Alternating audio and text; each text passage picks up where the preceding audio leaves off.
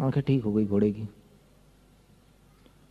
अब आंखें ठीक हो गई तो राजा बहुत खुश हुआ और उसको पुरस्कृत कर दिया। बोले कि शाबाश बेटा, तू एकदम होनहार बालक निकला। बोले पिता ने जो काम किया वो काम तूने भी कर लिया उनकी अनुपस्थिति में। और बहुत बधाइयाँ दी और सम्मान किया और पुरस्कार दिया। अब इसके बाद जब वो वैद्य लौट करके आए, बोले कि कुछ हुआ था क्या यहाँ? मैंने सुना कि बहुत चर्चा है, मतलब वैद्य जी के घर पे कुछ बढ़िया काम हो गया। क्या काम किया तूने? बोले ऐसा ऐसा हुआ था कि राजा के यहाँ जो घोड़े थे उसमें से एक घोड़े को दिख नहीं रहा था, तो फिर मैंने दवाई लगा दी। अरे कौन सी दवाई लगा दी? बोले तो फिर बोले कि ये 4 दवाइयाँ थी, इन मेरे को मालूम नहीं था कि कौन सी आंख वाली है, चारों मिक्स करके लगा दी। बोले तो फिर वैद्य जी बोलते हैं कि अच्छा हुआ, बोले कि ये 4 उठाई, अगर ये 5वीं उठा लेता तो फिर आंख फूट जाती। बोले वो किस्मत की बात थी। बोले कि ये 4 दवाइयों में से ये एक दवाई जो थी वो अकेली पर्याप्त थी, लेकिन ठीक है तुमने चारों लगा दी, आंख तो ठीक हो गई। बोले तो पता नहीं कौन सी दवा काम कर जाए। कौन सी बार आप 24 भगवान का नाम ले रहे हैं, 4 बार नाम ले रहे हैं, स्तवन कर रहे हैं, 4 में से जब भी अपनी भक्ति भावना जागृत हो गई तो वो सार्थक हो गया ना। तो इसी प्रकार मुसीबतों में भी अगर भगवान के पास कोई जाता है, क्षेत्रों पर जाता है, तो उसको ये याद रखना चाहिए कि देखो मुसीबत में मैं गया था भगवान के पास, उनकी याद आई थी मुझे, और मुसीबत दूर होने के बाद मैं भूल न जाऊं।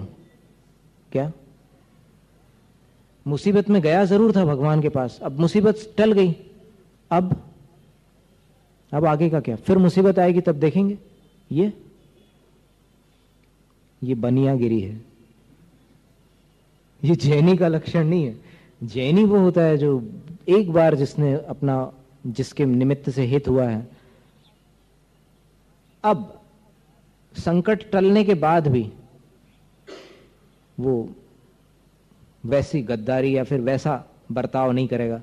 कृतज्ञता ये तो सामान्य मनुष्य की बात, जैनी की तो बात छोड़ दो आप, जैनी के तो बहुत नियम कायदे कानून है, लेकिन एक सामान्य मनुष्य होने के नाते भी जहां से अपना हित हुआ है उसको कैसे भूला जा सकता है? हमेशा भगवान की भक्ति में। अब कबीरदास जी ने तो एक दोहा ही लिख दिया था, दुख में सुमिरन सब करे, सुख में करे न कोय, जो सुख में सुमिरन करे दुख काहे को होए। तो अब दुख टलने के बाद सुख आ गया, अब चालू कर दो सुमिरन। दुख में ही चालू कर दिया था वैसे, उसको स्टॉप मत करो, अभी चलने दो दवाई, फिर आगे उज्जवल भविष्य होता है। इसलिए भगवान की विनय पर कभी भी लापरवाही नहीं करना, विनय बराबर होनी चाहिए। कैसे उठाना भगवान को, कैसे विराजमान करना, और फिर अभिषेक के समय छत्र भी चलायमान नहीं होनी चाहिए। ये सारी बातें बहुत छोटी छोटी बातें, नियम कई बार हमने आप लोगों को बताया भी है। तो इस पर आप कम से कम जो व्यक्तिगत स्तर पर आप जितना कर सकते हो उतना तो कर ही लो, और रोज एक माला फेर लो इसके लिए। ठीक है, आप किसी को ऑर्डर करके या फिर किसी को मीटिंग में बैठाल कर अपनी बात नहीं मनवा सकते, कोई बात नहीं, यहां हार मानने की बात नहीं है, रास्ते बहुत सारे हैं।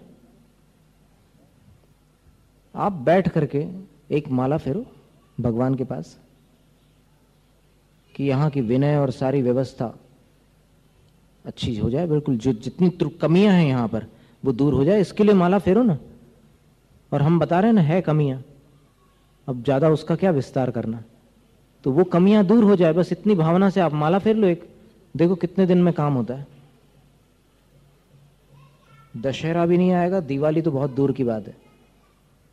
अगर आप सही भावना से इतना कर लो तो फिर सब ठीक ठाक हो जाता है। हमने तो कहा था एक बार कि नमोकार मंत्र के 1.25 लाख जाप तो बहुत दूर, एक माला में भी वो क्षमता है।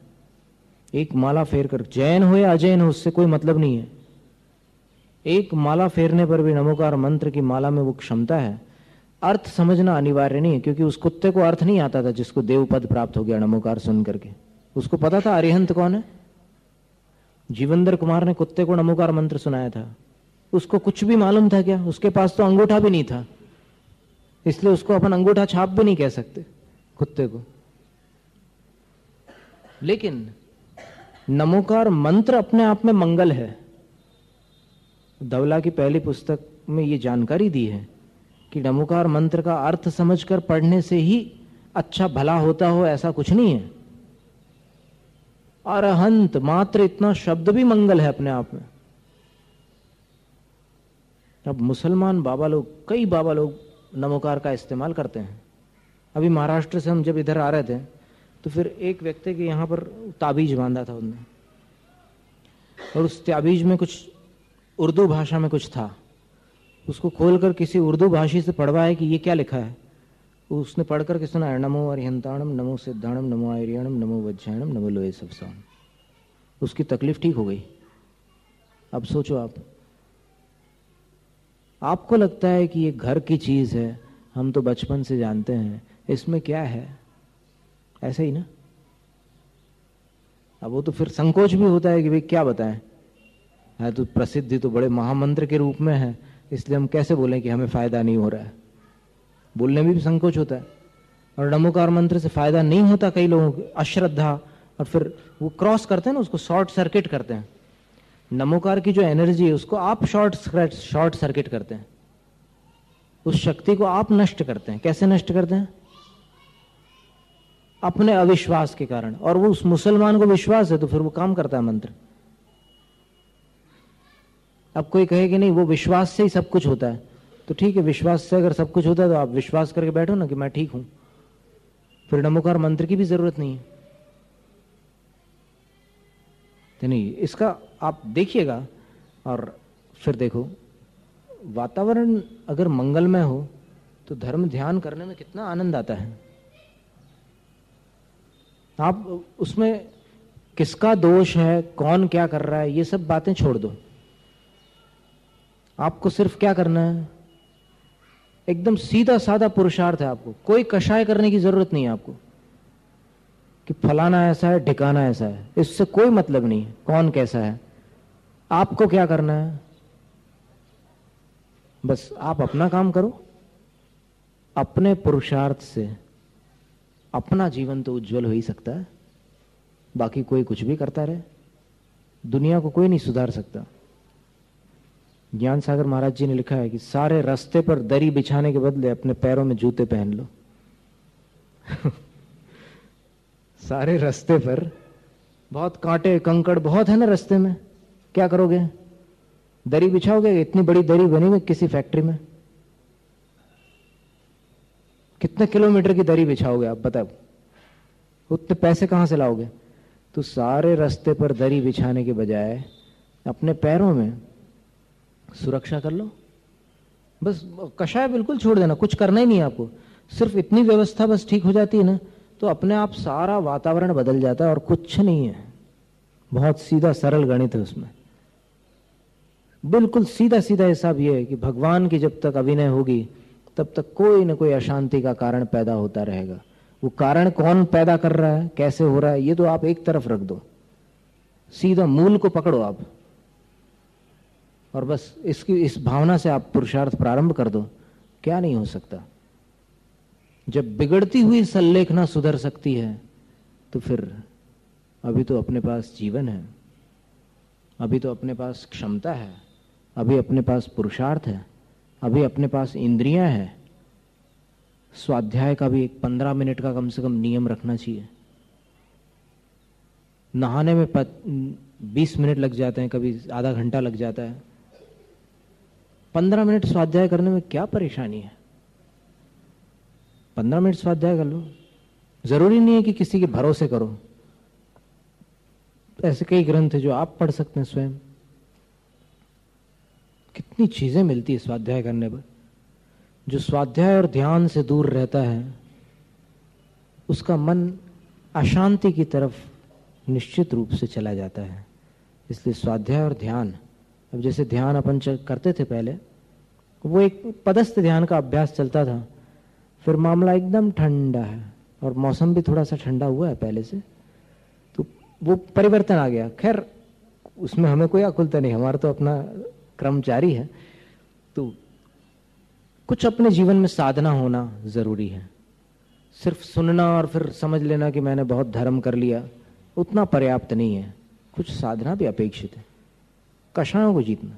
अब कषाय आप जितनी बढ़ाएंगे, वो जितना कलुषित था वातावरण, उसमें और ज्यादा कलुषता पैदा हो जाएगी, फिर उसका कोई अंत नहीं है।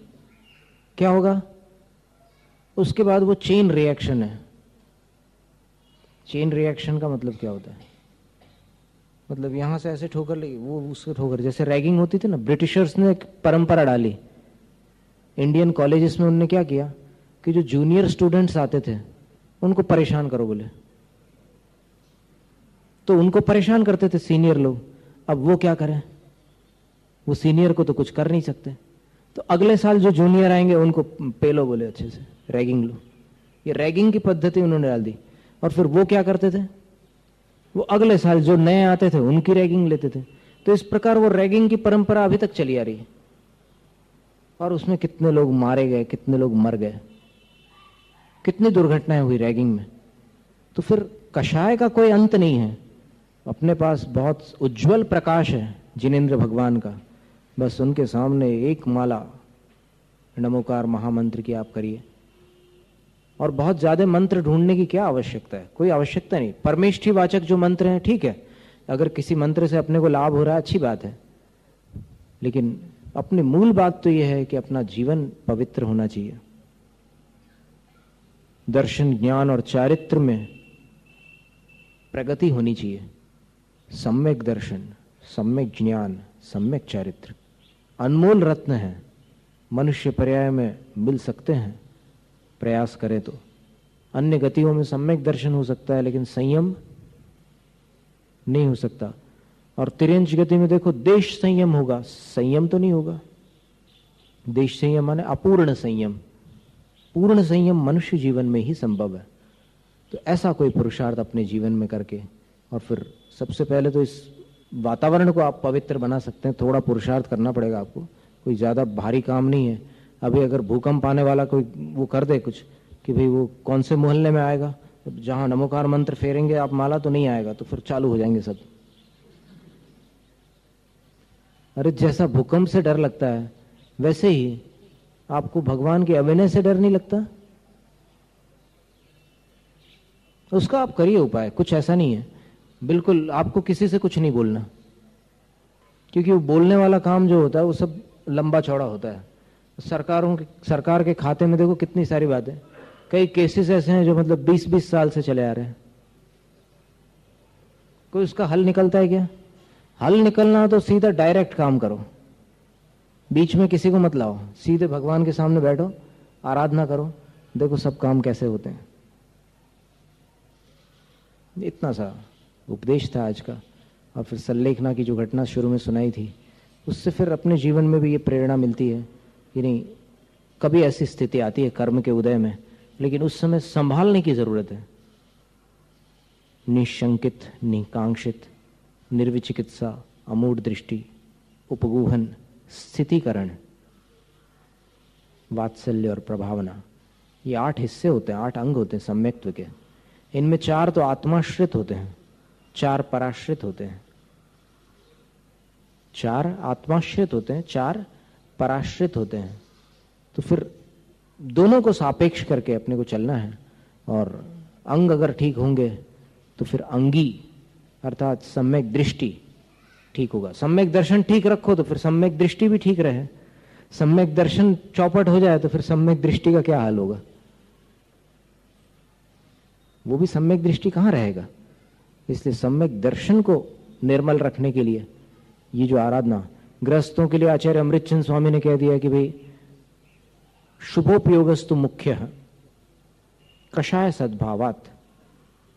254वीं गाथा प्रवचन सार की, उसमें आचार्य अमृतचंद स्वामी ने कहा कि भाई तुम दान पूजा को छोड़ना मत, स्वाध्याय करो, बहुत अच्छी बात है।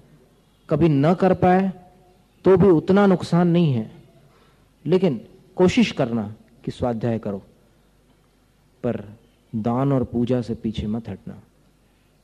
पूजा से भगवान की निकटता प्राप्त होती है और दान से गुरु की निकटता प्राप्त होती है। भगवान और गुरु की संगति रखने से दुर्बुद्धि नहीं बन पाओगे। दुर्बुद्धि कब बनता है मनुष्य? संगति बिगड़ने पर। इसलिए संगति सही बना करके रखना चाहिए।